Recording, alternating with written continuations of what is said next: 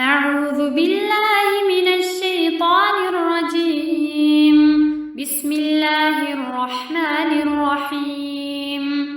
شهر رمضان الذي أنزل فيه القرآن هدى للناس وبينات من الهدى والفرقان، فمن شهد منكم الشهر فليصمه، ومن كان مريضا أو على سفر فعدة من أيام أخر، يريد الله بكم اليسر ولا يريد بكم العسر، ولتكملوا العدة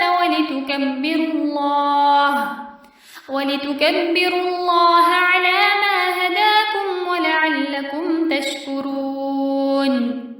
وإذا سألك عبادي عني فإني قريب أجيب دعوة الداعي إذا دعان، فليستجيبوا لي وليؤمنوا بي لعلهم يرشدون.